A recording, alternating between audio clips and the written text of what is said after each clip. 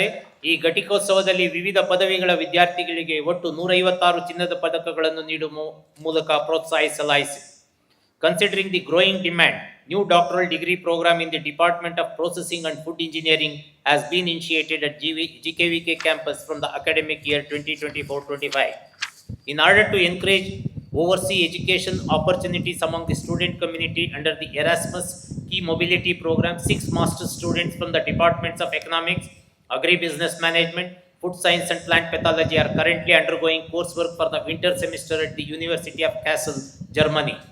2 doctoral students, Ms. Sushila, Ms. Gayatri Narayanappa, Mr. Mallikarjuna Chogla, Ms. Arundhati, Ms. Varsha and Ms. Aarti Yadav from the Departments of Economics and Food Science have been selected for advanced training and research along with master students from the Department of Food Science who will participate in a summer mobility program at the University of Kassel.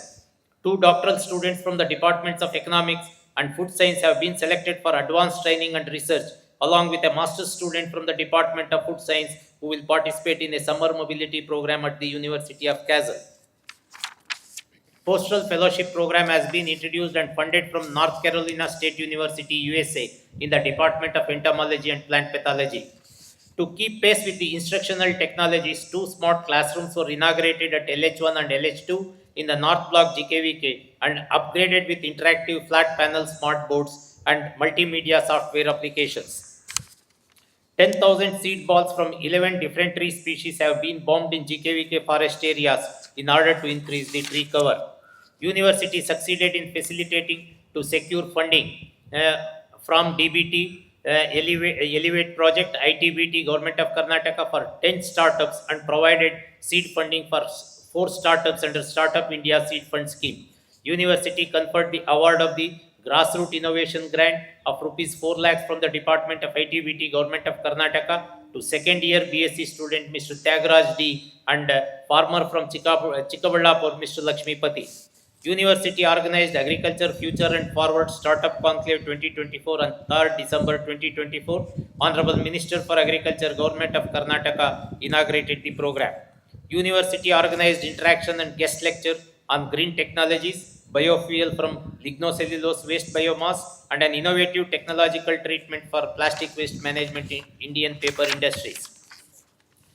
The university also organized national seminar on sustainable soil health management at VC Farm Mandya in collaboration with Department of Agriculture and Watershed Department from 23rd to 24th January 2024. It also organized national level training program on current trends in seed production, processing, testing and storage to ensure supply of quality seeds for sustainable agriculture at GKVK in 5th to 9th February 2024. University has embarked on bold initiative by creating an online seed sales website launched by Honorable Minister for Agriculture during the month of March 2024. Organized World Water Day 2024 with the theme Leveraging Water for Peace at GKVK on 22nd March 2024.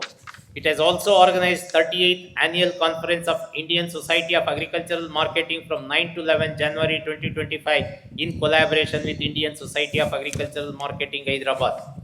Better future for the students is prime concern of the university. Hence, it is timely action that university helping students for better and attractive placements.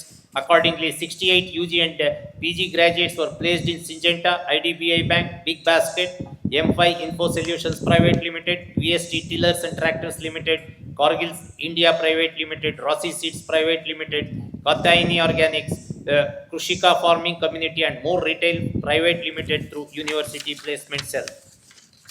ಕೃಷಿ ವಿಶ್ವವಿದ್ಯಾನಿಲಯ ಬೆಂಗಳೂರು ನಿರಂತರವಾಗಿ ಹಲವು ಸಂಶೋಧನೆಗಳಲ್ಲಿ ತೊಡಗಿಸಿಕೊಂಡಿದ್ದು ಸುಧಾರಿತ ತಳಿ ಸಂಕರಣ ಹಾಗೂ ತಾಂತ್ರಿಕತೆಗಳನ್ನು ಅಭಿವೃದ್ಧಿಪಡಿಸುತ್ತಾ ಬಂದಿದೆ.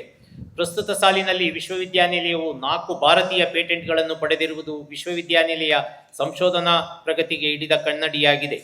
ಇದರ ಜೊತೆಗೆ ಒಟ್ಟು 19 ನೂತನ ತಾಂತ್ರಿಕತೆಗಳನ್ನು ಸುಧಾರಿತ ಬೇಸಾಯ ಪದ್ಧತಿಗಳ ಕೈಪಿಡಿಯಲ್ಲಿ ಸೇರ್ಪಡಿಸಲು ಶಿಫಾರಸು ಮಾಡಲಾಗಿದೆ.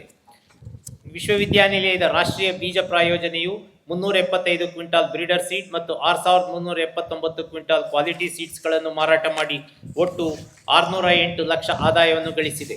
AICRP on seed GKVK received Best Center Award for the year 23-24.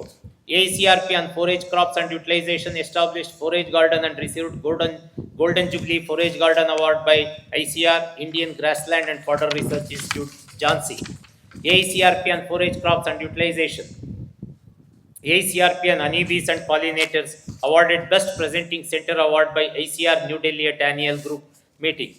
ವಿಶ್ವವಿದ್ಯಾನಿಲಯದಲ್ಲಿ ಕೊಲಾಬರೇಟಿವ್ ರಿಸರ್ಚ್ಗಳನ್ನು ಕೈಗೊಳ್ಳಲು ಅಂತಾರಾಷ್ಟ್ರೀಯ 4, ರಾಷ್ಟ್ರೀಯ 6 ಮತ್ತು ರಾಜ್ಯದ 36 ಸಂಸ್ಥೆಗಳೊಂದಿಗೆ ಒಡಂಬಡಿಕೆ ಮಾಡಿಕೊಂಡಿದ್ದು 46 MOU ಹಾಗೂ MOAಗಳನ್ನು ಸಹಿ ಮಾಡಲಾಗಿದೆ.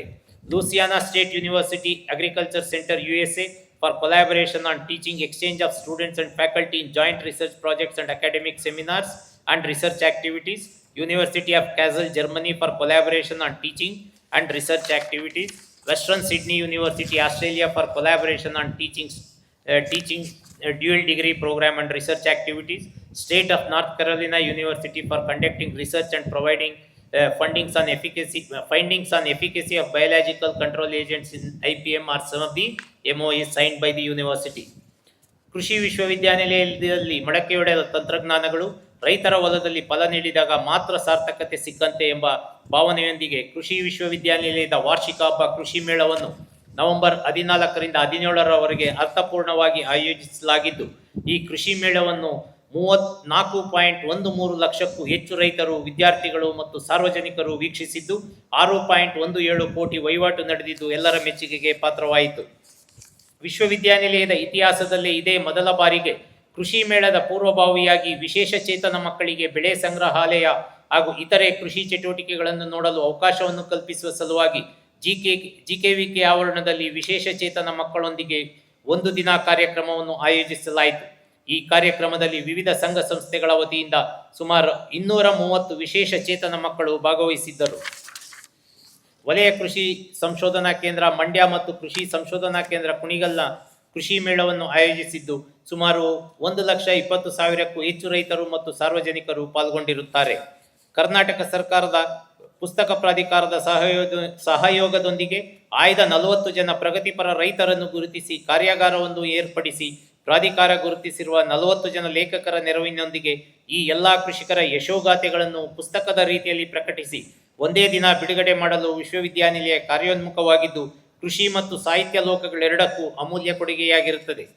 ಕೃಷಿಕರ ದೈನಂದಿನ ಸಮಸ್ಯೆಗಳಿಗೆ ನಿರಂತರವಾಗಿ ಸ್ಪಂದಿಸುತ್ತಾ ಬಂದಿರುವ ಕೃಷಿ ವಿಶ್ವವಿದ್ಯಾನಿಲಯ ತನ್ನ ಎಟಿಕ್ ಕೇಂದ್ರದ ವತಿಯಿಂದ ವಿಜಯವಾಣಿ ದಿನಪತ್ರಿಕೆಯಲ್ಲಿ ಪ್ರತಿ ಸೋಮವಾರ ರೈತರ ಪ್ರಚಲಿತ ಪ್ರಶ್ನೆಗಳಿಗೆ ರೈತ ಮಿತ್ರ ಅಂಕಣದ ಮೂಲಕ ವಿಶ್ವವಿದ್ಯಾನಿಲಯದ ತಜ್ಞರು ಪರಿಹಾರಗಳನ್ನು ನೀಡುತ್ತಾ ಬಂದಿದ್ದು, ಇದುವರೆಗೂ 138 ಅಂಕಣಗಳು ಪ್ರಕಟಗೊಂಡಿದ್ದು, ಇದರ ಯಶಸ್ಸನ್ನು ಗಮನಿಸಿ ಪತ್ರಿಕೆ ಜನವರಿ 2025ರಿಂದ 2 ದಿನಕ್ಕೊಮ್ಮೆ ವಾರದಲ್ಲಿ 2 ದಿನಕ್ಕೊಮ್ಮೆ ಪ್ರಕಟಿಸಲು ಆರಂಭಿಸಿರುವುದು ಹೆಮ್ಮೆಯ ವಿಶೇಷವಾಗಿದೆ. ವಿಶ್ವವಿದ್ಯಾನಿಲಯ ಒಟ್ಟು 116 ಕೃಷಿ ಮತ್ತು ತೋಟಗಾರಿಕಾ ತಂತ್ರಜ್ಞಾನಗಳನ್ನು ರೈತರ ತಾಕುಗಳಲ್ಲಿ ಪರೀಕ್ಷಿಸಿದ ನಂತರ ಸುಧಾರಿತ ಬೇಸಾಯ ಪದ್ಧತಿಗಳಲ್ಲಿ ಸೇರ್ಪಡಿಸಲಾಗಿದೆ. ರೈತರು ಈ ತಂತ್ರಜ್ಞಾನಗಳನ್ನು ಪೂರ್ಣ ಪ್ರಮಾಣದಲ್ಲಿ ಅಳವಡಿಸಿಕೊಂಡಿದ್ದು 28.99% ಅಧಿಕ ಇಳುವರಿಯನ್ನು ಪಡೆದಿರುತ್ತಾರೆ. ಗುಣಮಟ್ಟದ ಮಾನವ ಸಂಪನ್ಮೂಲ ಅಭಿವೃದ್ಧಿ ವಿಶ್ವವಿದ್ಯಾನಿಲಯದ ಪ್ರಮುಖ ಆದ್ಯತೆಯಾಗಿದ್ದು, ಈ ಸಾಲಿನಲ್ಲಿ ಒಟ್ಟು 889 ತರಬೇತಿಗಳನ್ನು ಆಯೋಜಿಸಿ 28,000 ರೈತರು ಮತ್ತು ವಿಸ್ತರಣಾ ಕಾರ್ಯಕರ್ತರಿಗೆ ತರಬೇತಿ ನೀಡಲಾಗಿದೆ.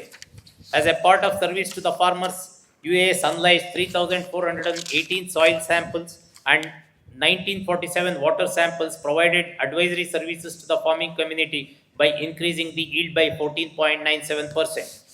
Organized special event on novel bakery products exhibition come sale by 14 weeks bakery technology students.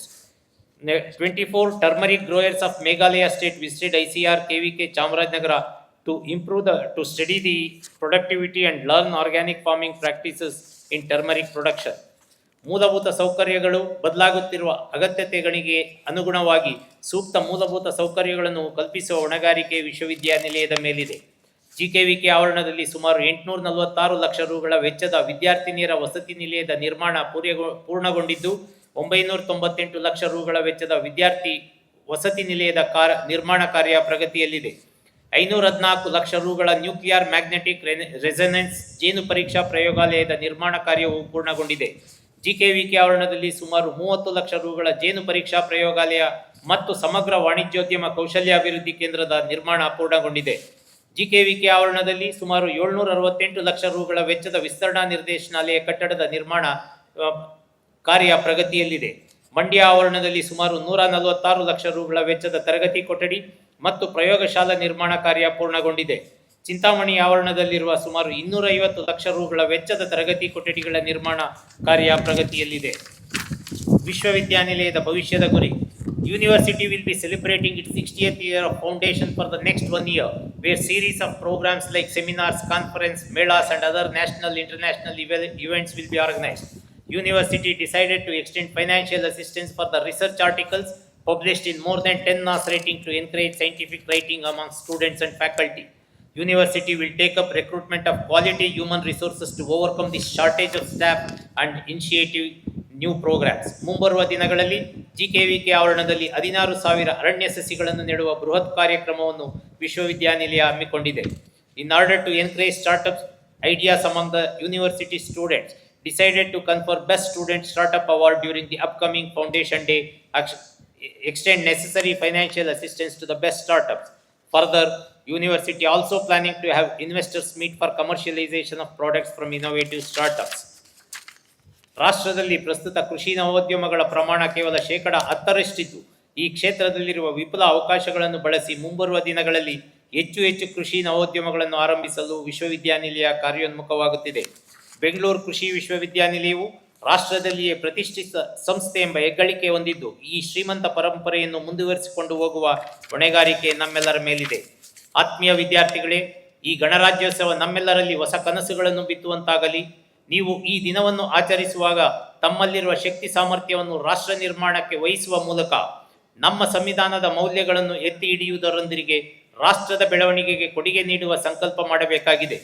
ಇಂದು ನಾವೆಲ್ಲರೂ ಮಾಡಬೇಕಾದ ಸಂಕಲ್ಪವೆಂದರೆ ನಾವು ನಮ್ಮಲ್ಲಿಯೇ ಉತ್ತಮ ಆವೃತ್ತಿಯಾಗುತ್ತೇವೆ ಎಂದು ಪರಸ್ಪರ ಭರವಸೆ ನೀಡುವುದು ಹಾಗೂ ಇದರಿಂದ ಎಲ್ಲ ಸಮಸ್ಯೆಗಳನ್ನು ಪರಿಹರಿಸಲು ನಮ್ಮ ರಾಷ್ಟ್ರವನ್ನು ಉತ್ತಮ ಮಟ್ಟಕ್ಕೆ ಕೊಂಡೊಯ್ಯುವಲ್ಲಿ ನಾವು ಕೊಡುಗೆ ನೀಡುವುದು.